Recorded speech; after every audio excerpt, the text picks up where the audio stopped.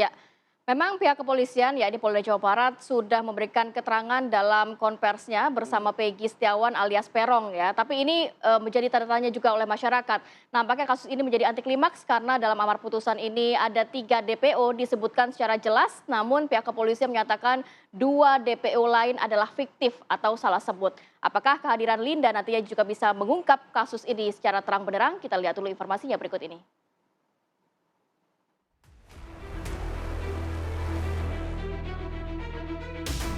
Polda Jawa Barat mengungkap Peggy Setiawan alias Peron sebagai otak pembunuhan Vina di Cirebon, Jawa Barat.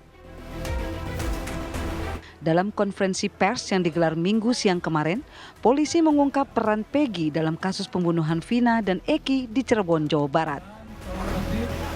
Meski pihak kepolisian telah melangkah maju dengan merilis Peggy sebagai otak pembunuhan Vina dan Eki, pengacara Vina merasakan kejanggalan lantaran polisi menyatakan 2 DPO lainnya yaitu Dani dan Andi adalah fiktif dan menyatakan Peggy alias Peron adalah satu-satunya buronan dalam kasus pembunuhan sadis Vina dan Eki.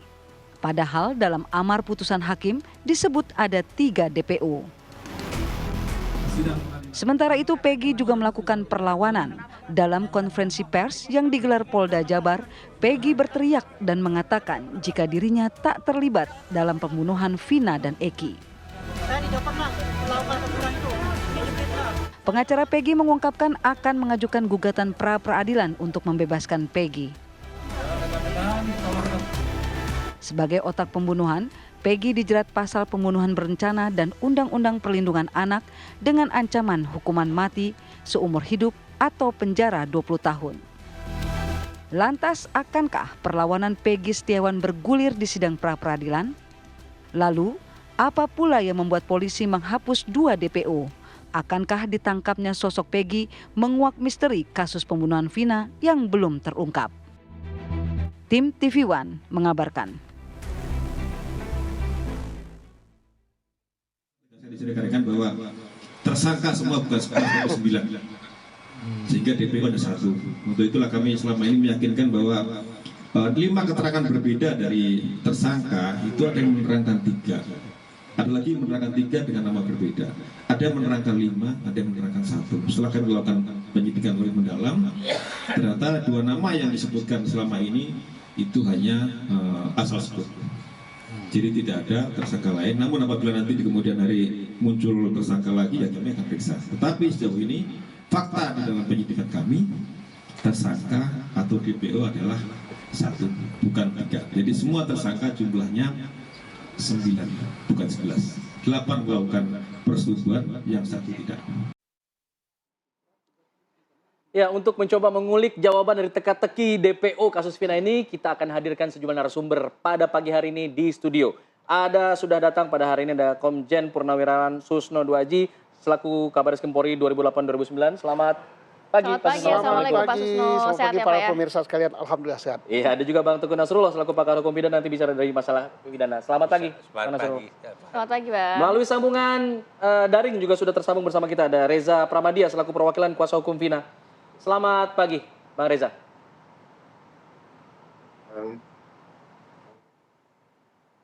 Baik.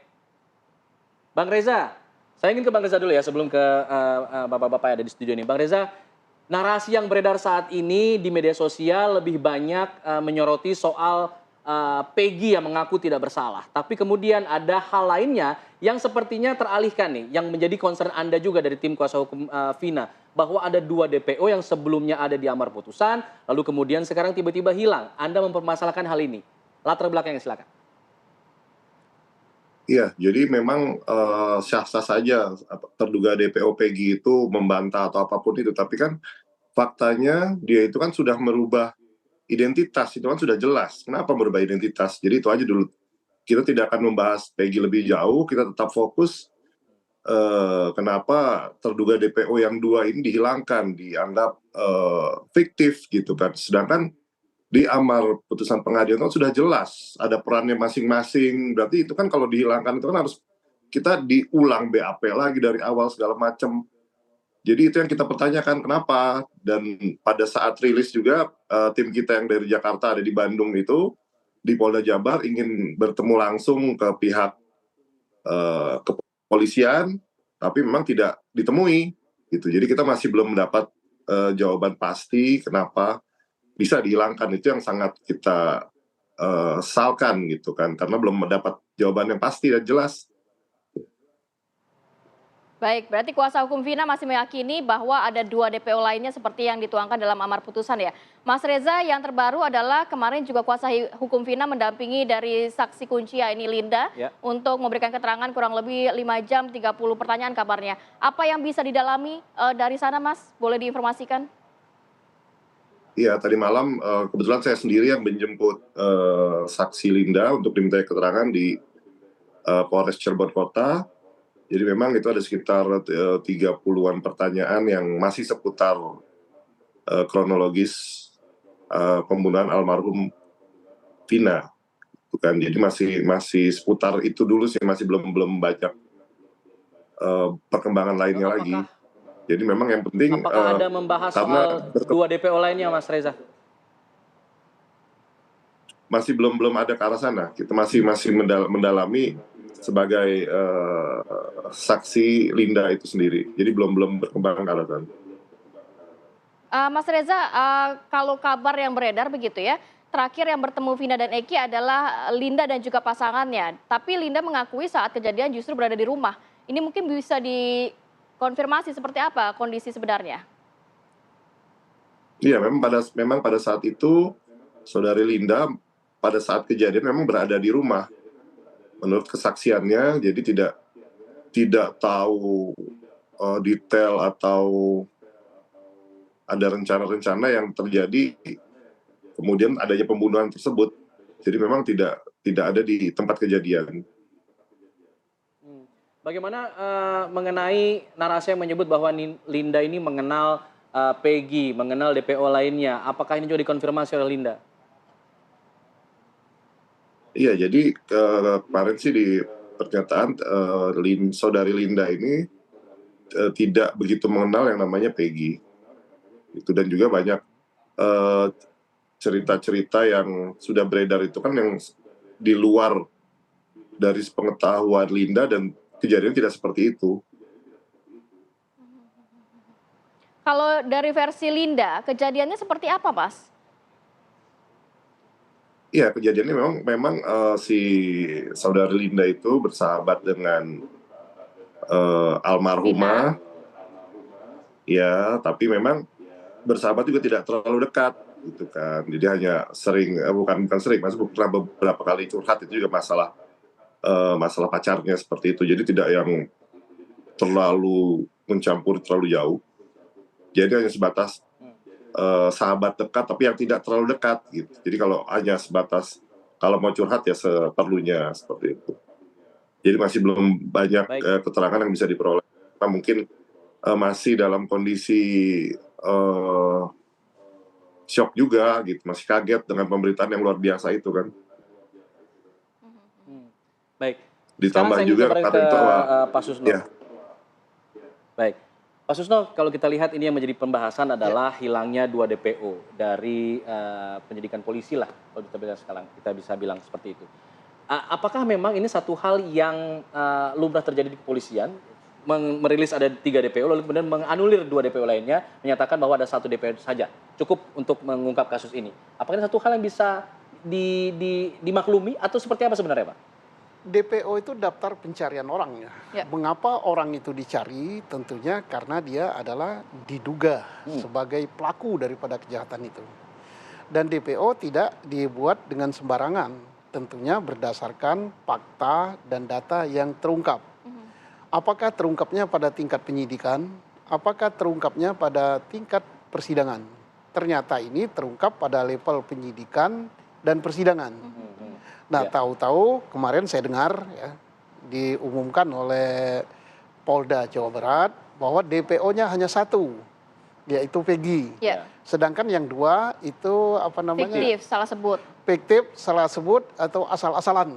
Nah, tapi sayang tidak disebutkan Asal-asalan itu siapa yang ngomong asal-asalan? Apakah penyidiknya yang asal-asalan nulis? Atau terpidananya? Atau terpidananya? Atau ada orang lain yang Harusnya disebut, asal-asalan? Harus disebut dong, Mbak, supaya tidak timbul pertanyaan kayak gini. Berarti ada harus ada argumentasi yuridisnya begitu jadi ya? ada argumentasi yuridis. Kalau soal misalnya hilang 10 atau tidak ada sama sekali bisa-bisa saja, tapi harus jelas alasannya. Nah, yang namanya DPO itu kan tidak sembarang langsung diketik gitu aja kan. Ya. Orang yang di DPO-kan itu adalah orang yang dicari tidak ketemu. Dan pasti sudah Ya. melalui proses cek and Iya, recheck tentunya begitu ya? setelah dapat keterangan bahwa pelakunya ini, si penyidik atau polisi langsung mendatangi rumah itu. Kan alamatnya kan ada. Ya. Dicari.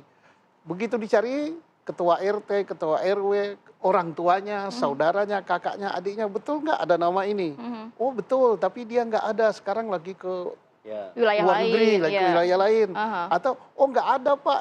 Tanya nggak ada, kalau nggak ada, nggak perlu di DPO kan. Memang orangnya nggak ada. Baru tanyakan lagi kepada yang memberi informasi. Lo kok lo ngomong kayak gini? Nggak ada sih orangnya.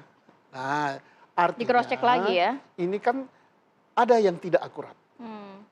Kan ini sudah di cross check di sidang pengadilan kan? Ya. Di sidang pengadilan ngomong karena masuk di dalam amar putusan. Iya, iya. Nah, kalau gitu berarti tidak bisa langsung ditiadakan misalnya, wah nggak ada itu orang. Nah, karena langsung ditiadakan begitu nimbulkan pertanyaan yang banyak.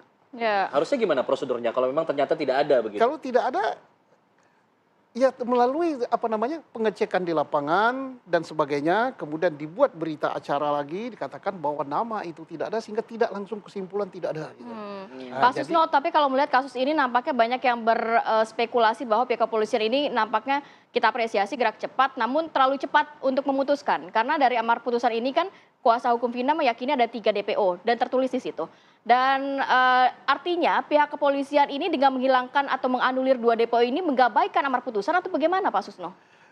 Saya percaya tidak mengabaikan, tapi alasan hukumnya yang belum disampaikan. Kita tunggu alasan hukumnya. Karena mereka ini masih punya tugas berat ya polisi ini, penyidik ini. Kenapa?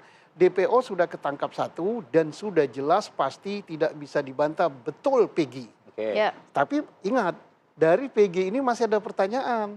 Yang betul itu yang sudah terbukti baik melalui saksi, terbukti secara scientific crime investigation terbukti karena dari kakak, kemudian dari sidik jari dan sebagainya, termasuk ibu kandungnya sendiri mengatakan yes ini Peggy. Oke. Tapi satu pertanyaan besar yang harus dijawab polisi. Apakah itu Peggy yang terlibat dalam kasus ini? Nah, kan itu belum diumumkan. Iya. Yang sudah diumumkan dan terbukti itu betul dia Peggy. Identitas Peggy.